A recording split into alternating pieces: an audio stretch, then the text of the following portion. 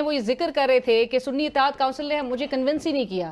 شہباز شریف صاحب کی وزیر اعظم کے طور پہ وہ الیکٹ ہوں گے، وہ راہ بھی آپ کی جانب سے ہموار کر دی گئی. آپ نے اس بات کا ذکر ضرور کیا کہ 11:30 بجے رات کو زرداری صاحب نے انڈائریکٹلی آپ کو میسج دیا.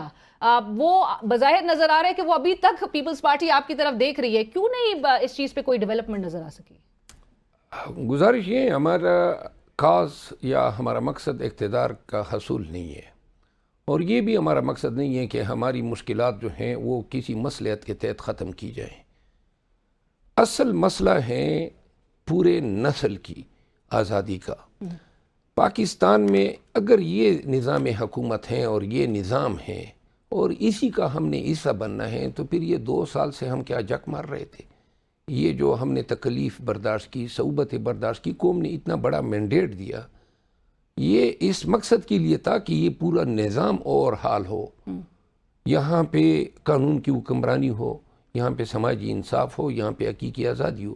اب اس نظام کا دوبارہ حصہ بن کے ایک چوری شدہ مینڈیٹ والی پارٹی کے ساتھ شراکت اقتدار میں آ کے ہمارے پاس تو کوئی بیانیہ ہی نہیں رہے گا. تو لہٰذا ہم ونس فار آل ہم بے شک مزید تکالیف صعوبتیں جھیلنے کو تیار ہیں، لیکن ایسے نظام کا حصہ نہیں بن سکتے ہیں جس کو ہم رد کر چکے ہیں.